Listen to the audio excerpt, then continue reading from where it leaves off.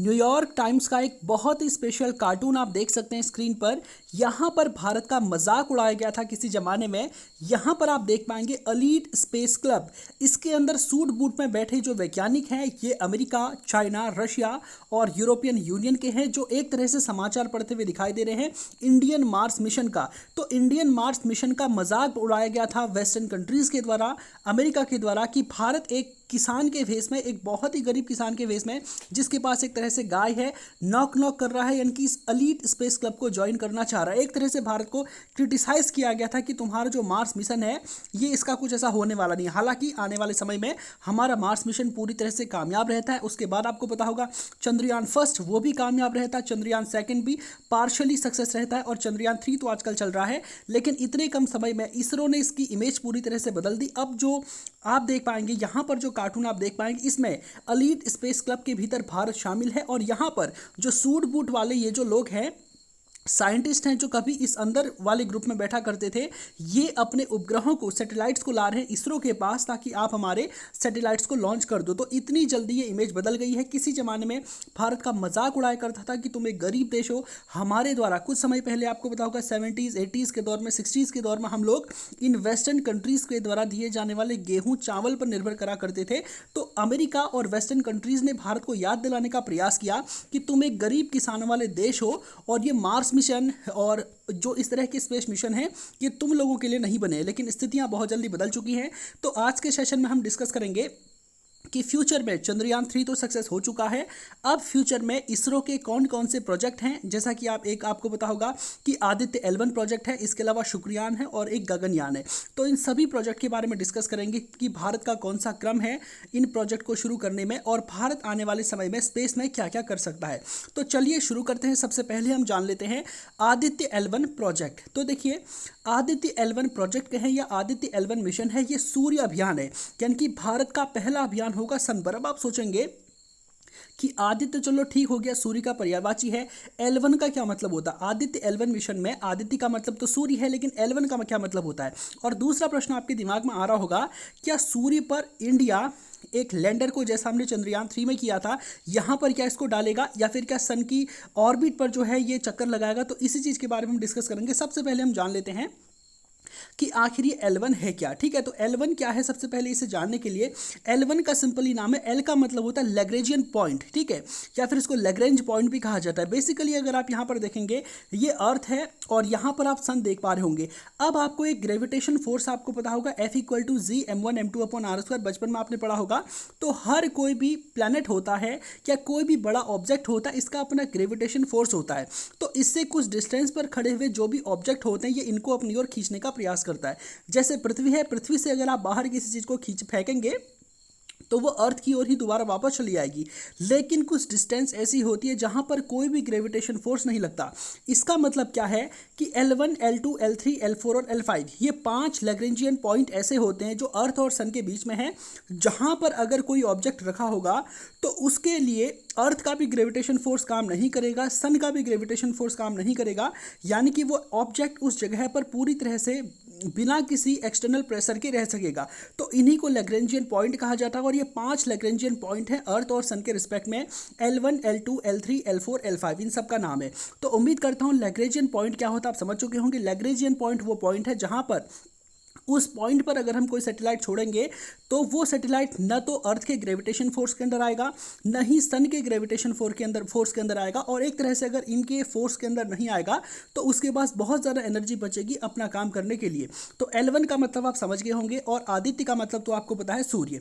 अब यहाँ पर आपके दिमाग में बहुत सारे प्रश्न उठ रहे होंगे कि सूर्य मिशन अगर हम अपने यहाँ से भेजेंगे तो इसमें क्या क्या होगा, ये किस तरह से सन पर लैंड करेगा, और ये क्या क्या काम करेगा। देखिए, सबसे पहले सूर्य के बारे में अगर आप जानेंगे तो सूर्य एक बहुत ही गर्म तारा है जहां पर हाइड्रोजन का एक तरह से नाभिकीय संलयन होता है, ये हीलियम में कन्वर्ट होता है, और नाभिकीय संलयन की वजह से यहाँ पर बहुत बड़ी मात्रा में एनर्जी प्रोड्यूस होती है, और यही नाभिकीय संलयन सूर्य की ऊर्जा का मुख्य स्रोत है। बहुत सारे जो हमारे स्पेस एनालिस्ट होते हैं, साइंटिस्ट हैं, इनका दावा है कि सूर्य में जो ऊर्जा है ना भी, ये हाइड्रोजन के संलयन की वजह से ही हो रही है। जिस दिन सूर्य का हाइड्रोजन खत्म हो जाएगा उस दिन वहाँ पर नाभिकीय संलयन की प्रक्रिया भी खत्म हो जाएगी, और उस दिन सूर्य जो है बुझ जाएगा, और धरती पर सूर्य का प्रकाश नहीं आएगा तो ये हाइड्रोजन का हीलियम में कन्वर्जन ही सूर्य की ऊर्जा का सबसे बड़ा स्रोत है। तो जहां पर बिलियंस ऑफ न्यूक्लियर फ्यूज़न हो रहे हैं, न्यूक्लियर फिजन हो रहे हैं, नाभिकीय संलयन हो रहे हैं, उस पर किसी लैंडर को लैंड कराना क्या इतना आसान है? अभी के लिए तो बहुत मुश्किल आपको दिख रहा होगा, लेकिन सरकार क्या चाहती है, भारत सरकार और इसरो चाहते हैं कि हम कहाँ पर पॉइंट करें, इस L1 पॉइंट पर जो है हम अपना एक सैटेलाइट भेजें और यहाँ पर से जो हमारा सैटेलाइट होगा वो इस सन के चारों ओर चक्कर लगाएगा और ऑब्जर्व करेगा कि सन में क्या हो रहा है और इसमें जो कुछ भी चीज़ है, जैसे कि एक आपको पता होगा कि सूर्य की जो बाहरी लपट होती है उसको कोरोना कहा जाता है। वो कोरोना जो हाल ही में आया था 2019 में, उस कोरोना की बात नहीं चल रही है। जो सूर्य की सबसे बाहर की लपट होती है कोरोना, उसका अध्ययन करेगा। और इसके अलावा आपको पता है कि सौर ज्वालाएं यानी कि सोलर फ्लेम का बेसिकली मतलब ये होता है कि कभी कभी सन के अंदर इतनी ज़्यादा एनर्जी क्रिएट होती है कि उसमें से बहुत सारी ज्वालाएं वहाँ से बाहर निकल जाती हैं और वहाँ से उन ज्वालाओं के बाहर निकलने के बाद कुछ ज्वालाओं की जो तीव्रता होती है, कि जो ऊर्जा होती है वो कम होती है, तो वो ज्वालाएं वापस से सन की ग्रेविटी की वजह से इसके अंदर चली जाती हैं। और कुछ ज्वालाओं की तीव्रता बहुत ज़्यादा होती है तो वो आते आते अर्थ के एटमॉस्फेयर के अंदर प्रवेश कर जाती है। और यहाँ पर आपको पता है कि हमारे देश में, हमारी दुनिया में बहुत सारी आतिशबाजी किस्म की आसमान में अपने आप दिखाई देती है। इन घटनाओं को आप जानते हैं अरोरा बोरियालिस और अरोरा ऑस्ट्रेलिस कहते हैं। अगर साउथ पोल में होता तो अरोरा ऑस्ट्रेलिस कहते हैं, अगर नॉर्थ पोल में होगा तो अरोरा बोरियालिस कहते हैं। तो इन घटनाओं के बारे में जानकारी हासिल करना भारत का उद्देश्य है। और आपको पता होगा कि जब अरोरा की घटना होती है तो हमारे यहाँ पर हमारा जो टेलीफोन सिस्टम है वो काफ़ी हद तक उसको नुकसान पहुँचता है। जो नेटवर्क है, इंटरनेट है और जो टीवी हम लोग देखते हैं, इनको बहुत ज़्यादा नुकसान वहाँ पर पहुँचता है। तो पहले पूर्वानुमान लगाया जा सकेगा अरोरा बोरियालिस या फिर अरोरा ऑस्ट्रालिस की घटना का।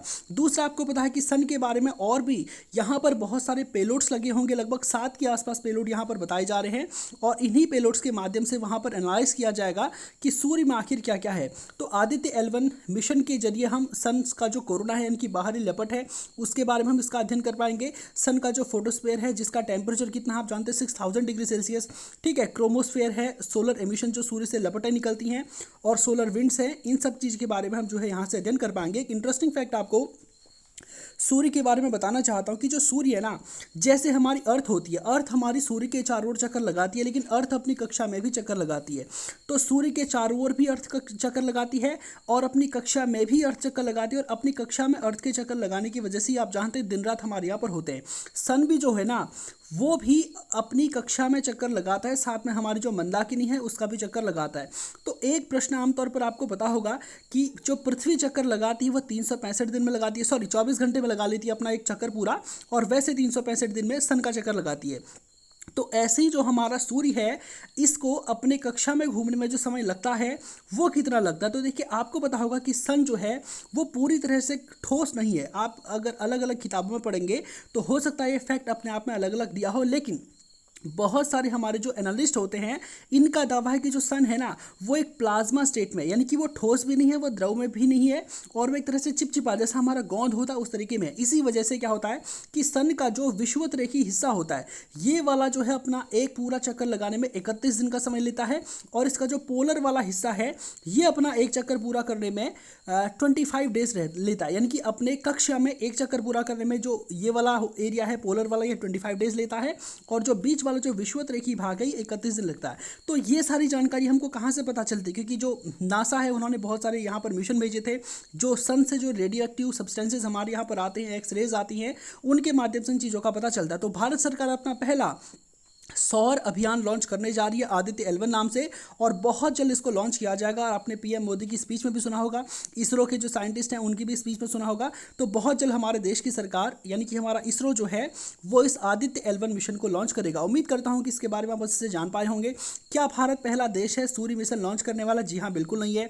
इससे पहले नासा का पार्कर सोलर प्रोब आपको पता होगा कि ये गया था, और ये तो बिल्कुल एकदम सन के बहुत ही ज़्यादा नज़दीक चला गया था, ठीक है। तो सन के पास अगर आपको कोई चीज़ भेजनी है तो वो बिल्कुल ऐसा होना चाहिए कि उस पर गर्मी का कोई प्रभाव ना पड़े, क्योंकि सन से अगर आप बहुत ही ज़्यादा डिस्टेंस पर भी अगर चीज़ों को भेजेंगे तो वहाँ पर भी जो है वो जो आइटम आप वहाँ पर भेज रहे हो, जो जिसमें जो एपरेटस लगे होंगे, जो पेलोड्स लगे होंगे, उनकी इफिशियंसी बहुत ही ऊपर स्तर की होनी होगी। इसके बाद आप जानते हैं हेलियस 2 सोलर प्रोब मिशन, ये भी इन्होंने भेजा था, नासा ने भेजा था। तो इंडिया का भी अब उद्देश्य है कि हम बहुत जल्द अपना सौर अभियान लॉन्च करेंगे। इसके बाद हम अगला टॉपिक डिस्कस करते हैं।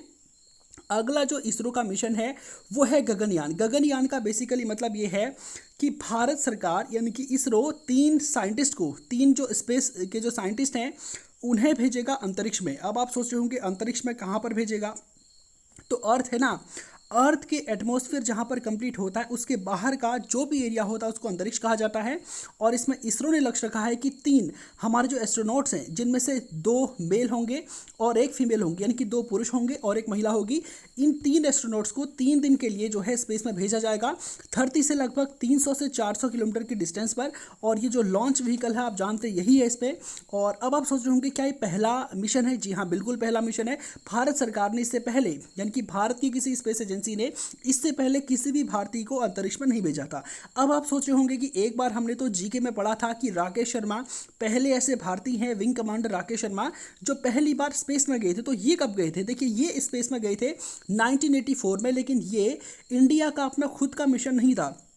ये बेसिकली आपको पता होगा कि सोवियत यूनियन उस समय बहुत अच्छा काम कर रहा था स्पेस के सेक्टर में। हालांकि जब 1991 में सोवियत यूनियन का विभाजन हो जाता है तो उसके बाद रशिया में इतना दम नहीं रहा। हाल ही में आपको पता होगा कि रशिया ने अपना लूना मिशन अपना लॉन्च किया था, लूना 25, और वो पूरी तरह से फेल कर गया था। तो अब अंतरिक्ष में रशिया की वो पावर नहीं रही, लेकिन किसी जमाने में सोवियत यूनियन जो है यूएस को कड़ी टक्कर देने वाला था और हर सेक्टर में सोवियत यूनियन ने जो अमेरिका है उससे ज़्यादा जल्दी और ज़्यादा बेहतर काम किया था। उस समय कोल्ड वॉर का इरा चल रहा था। तो उस समय सोवियत यूनियन का जो मिशन था उसी में जो इंडिया के जो एस्ट्रोनॉट हैं राकेश शर्मा, इनको भेजा गया था। तो राकेश शर्मा 1984 के सोवियत यूनियन और इंडिया के जॉइंट मिशन में गए थे। इंडिया का अपना कोई ऐसा गगनयान मिशन अकेले आज तक नहीं संभव हुआ है। अब जो गगनयान मिशन हमारा है उसके तहत 3 एस्ट्रोनॉट्स को भेजा जाएगा अर्थ से 300 से 400 यानी कि अंतरिक्ष में 300 से 400 किलोमीटर की ऊंचाई पर, वहां पर लोग 3 दिन बिताएंगे। और इसके लिए रशिया ने हमारी हेल्प की है। हमारे जो एस्ट्रोनॉट्स हैं अगर वो अंतरिक्ष में जाएंगे तो अंतरिक्ष में वो कैसे रह पाएंगे, ठीक है, वो सर्वाइव कैसे करेंगे, इसके लिए सबसे पहले ट्रेनिंग देनी बहुत ज़रूरी होती है। और उसको करने का पूरा काम हम जानते हैं कि रशिया ने किया है और इसमें रशिया से हमको काफ़ी हेल्प ली है। तो ये हमारा नेक्स्ट गगनयान मिशन है। और गगनयान मिशन को जो है काफ़ी उत्सुकता के साथ देखा जा रहा है, क्योंकि पहली बार हमारे जो एस्ट्रोनॉट्स हैं वो कहाँ पर जाएंगे, वो जाएंगे हमारे स्पेस में जाएंगे। तीसरा जो मिशन भारत सरकार तैयार कर रही है वो है इसरो ने शुक्रयान ये तैयार किया। आप देख पा रहे होंगे भारत अब तक कहाँ कहाँ जा चुका है। ये अगर आप देख पाएंगे तो यहाँ पर अर्थ में तो हम लोग खुद रहते ही हैं, ठीक है। मंगल मिशन इससे पहले हमने कर ही लिया है और चंद्रमा पर चंद्रयान 1 के माध्यम से हमने एक ऑर्बिटर मिशन कर चुके हैं, ठीक है। उसके बाद चंद्रयान 2 हमारा फेल हुआ था, लेकिन वहाँ पर ऑर्बिटर मिशन हमारा कंप्लीट हो गया था। और अब चंद्रयान 3 में ऑर्बिटर, लैंडर और रोवर। देखो ऑर्बिटर, लैंडर, रोवर का मतलब होता है, ऑर्बिटर मिशन का मतलब होता है कि जो सैटेलाइट हम भेजेंगे वो उस ग्रह के चारों ओर चक्कर लगाएगा, ठीक है। लैंडर का मतलब होता है उस जो सैटेलाइट है वहां से एक ऑब्जेक्ट निकलेगा जो उस ग्रह की सतह पर लैंड करेगा। रोवर का मतलब है कि लैंडर के अंदर से एक दूसरा ऑब्जेक्ट वहां से निकलेगा जो उसकी सतह पर पूरी तरह से चलेगा, गति करेगा। तो ये होता है ऑर्बिटर, लैंडर प्लस रोवर। जो हमारा मार्स मिशन था वो केवल और केवल क्या था, ऑर्बिटर मिशन था, ठीक है। उसमें लैंडर और रोवर नहीं थे। चंद्रयान फर्स्ट भी क्या था, केवल ऑर्बिटर मिशन था। चंद्रयान सेकंड हमारा ऑर्बिटर, लैंडर और रोवर, ये तीनों मिशन था जिसमें ऑर्बिटर सक्सेस हुआ था और लैंडर आप जानते हैं हमारा क्रैश कर गया था। और आज का जो हमारा ऑपरेशन था, मिशन था चंद्रयान 3, इसमें लैंडर, ऑर्बिटर, रोवर तीनों थे और तीनों पूरी तरह से सक्सेस होते हैं। तो अगला हमारा कदम है वीनस। वीनस यानी कि क्या होता है, शुक्र होता है। और शुक्र ग्रह के बारे में आप बहुत सारी चीज़ें जानते हैं, अगर नहीं जानते तो थोड़ा सा मैं बता देता हूँ कि जो शुक्र ग्रह है ना वो इस धरती पर यानी कि जो हमारा सौर मंडल है, जितने भी हमारे ग्रह हैं इसमें सबसे ज़्यादा गर्म है। अब आप सोच रहे हो कि शुक्र ग्रह क्या सबसे ज़्यादा गर्म है, सूर्य के सबसे नज़दीक तो बुध ग्रह पड़ता है, बुध के बाद शुक्र आता है। तो बुध ग्रह क्या कम गर्म है? जी हाँ बिल्कुल, क्योंकि मरकरी जो है उसके चारों ओर एटमॉस्फेयर नहीं पाया जाता, इसलिए दिन में वो काफ़ी गर्म हो जाता है लेकिन अपनी गर्मी को सस्टेन नहीं रख पाता है और रात में बहुत ज़्यादा ठंडा हो जाता है। इसलिए जो मरकरी के बारे में कहा जाता है, बुध के बारे में, कि सबसे ज़्यादा टेम्परेचर डिफरेंस यानी कि सबसे ज़्यादा तापांतर किस ग्रह का है, तो वह है मरकरी का यानी कि बुध का। और शुक्र के बारे में क्या है कि इसको प्रेशर कुकर कहा जाता है। यहाँ पर टेम्परेचर इतना ज़्यादा है क्योंकि इसके चारों ओर बहुत ही घना वायुमंडल पाया जाता है, इसको प्रेशर कुकर कहा जाता है। सन की किरणें जैसे इस पर पड़ती हैं तो इनको अवशोषित कर लेता है वायुमंडल होने की वजह से, और इस धरती का सबसे गर्म ग्रह है। और आने वाले समय में भारत सरकार प्रयास कर रही है कि जो वीनस है यानी कि जो शुक्र है इसके लिए एक ऑर्बिटर मिशन प्लान किया जाए। जैसा मिशन हमने मार्स के लिए किया था, मंगल ग्रह के लिए किया था, सेम ऐसा ही एक मिशन शुक्र ग्रह के लिए भी किया जाए। और इस मिशन को डेफिनेटली आप देखेंगे हमारी सरकार ने लक्ष्य रखा था कि 2025 तक हम इस मिशन को कंप्लीट कर लेंगे, लेकिन कोरोना काल आने की वजह से और भारत सरकार से पर्याप्त मात्रा में बजट ना मिलने की वजह से इस मिशन को टाल दिया गया। अब इसकी संभावित जो डेट है वो लगभग 2031 तक रखी गई है। इससे पहले आपको पता होगा कि यूएस जो है ऐसा कर चुका है, भारत पहला देश नहीं बनेगा वीनस पर काम करने वाला, और जापान भी कर चुका है, यूरोपियन यूनियन भी जो है वीनस पर मिशन कर चुका है। तो भारत पहला तो नहीं होगा, लेकिन डेफिनेटली आप देखेंगे कि जो भारत का वीनस मिशन है ना वो कई मामलों में बहुत ही बेहतर होगा, क्योंकि इसमें जो high resolution synthetic aperture radar इसमें लगाए जाएंगे, क्योंकि वीनस के चारों ओर क्या है कि बहुत ही ज़्यादा घना एटमॉस्फेयर है, गैसों के बादल है। तो अगर ये जो सैटेलाइट हम भेजेंगे अगर ये कोई पिक्चर लेगा तो नीचे जो है गैसों के बादल वहाँ पर आ जाएंगे और पिक्चर उतनी अच्छी नहीं आ पाएगी। तो इसके लिए जो गैसों के बादल हैं उनको भी छांट कर अंदर की इमेज लाने के लिए हमें बहुत ज़्यादा सेंसिटिव रडार की आवश्यकता पड़ेगी। तो वो सबसे लेस जो है ये मिशन हमारा होगा। और मार्स तो हम भेज चुके हैं, वीनस यानी कि शुक्र ग्रह पर क्या कुछ चल रहा है, यहाँ पर क्या कुछ है, इसका पता लगाएगा। अब बहुत सारे अभ्यर्थियों के दिमाग में ये बात आ रही होगी कि ठीक है हमने चंद्रयान 1 कर दिया, 2 कर दिया, 3 कर दिया, मंगल पर पहुंच चुके हैं, शुक्र पर पहुंच चुके हैं, लेकिन इस सबका फायदा क्या होगा? आखिर सरकारें इतना ज़्यादा पैसा खर्च क्यों करती हैं इन स्पेस मिशन के ऊपर? देखिए, इसका बेसिकली कारण ये है कि हमारी जो अर्थ है इसमें जो रिसोर्सेज हमारे यहाँ पर हैं ये बहुत ही ज़्यादा कम है, और एक ना एक समय ऐसा आने वाला है जब ये रिसोर्सेज खत्म हो जाएंगे, हमारी धरती के लोगों के पास पीने के लिए पानी ही नहीं होगा। अब आप सोच रहे होंगे धरती का तो 3/4 हिस्सा पानी ही पानी है, समुद्र है, ज़मीन जो कम है, लेकिन वो जो पानी है वो खारा है, वो पीने के योग्य नहीं है। तो जब हमारी धरती पर रिसोर्सेज खत्म हो जाएंगे तो उसके बाद हम क्या करेंगे? उसके बाद डेफिनेटली आप देखेंगे कि हम इन ग्रहों की ओर बढ़ेंगे, इसलिए इन ग्रहों में जाना बहुत ही ज़्यादा इंपॉर्टेंट है। दूसरा आपको बताना चाहता हूं कि जो स्पेस एजेंसी सरकार अभी इसरो के ऊपर खर्च कर रही है, फ्यूचर के टाइम पर ही नहीं, अभी वर्तमान में इसरो उतना कमाने भी लग गया है। आपको पता होगा कि पूरी दुनिया की जो स्पेस एजेंसीज हैं या फिर जो प्राइवेट कंपनी है वो भी अब सैटेलाइट लॉन्च करने लगी। हालांकि दुनिया के देशों की अगर मैं आपको बात बताऊं तो भारत की स्पेस एजेंसी अभी बहुत पीछे है यूएसएसआर यानी कि रशिया, और रशिया को तो खैर चलो ठीक है, चाइना से भी हम अभी बहुत पीछे चल रहे हैं और यूएस से भी हम बहुत पीछे चल रहे हैं। लेकिन हमारा जो इसरो है वो बहुत अच्छा काम कर रहा है, क्योंकि हमारी इसरो की स्थापना होती ही बहुत लेट में है। जब ये सारे देश चांद की सतह पर कदम रख चुके थे उसके बाद हमारी इसरो की स्थापना होती है। तो बहुत ही इंपॉर्टेंट अपने आप में ये टॉपिक है।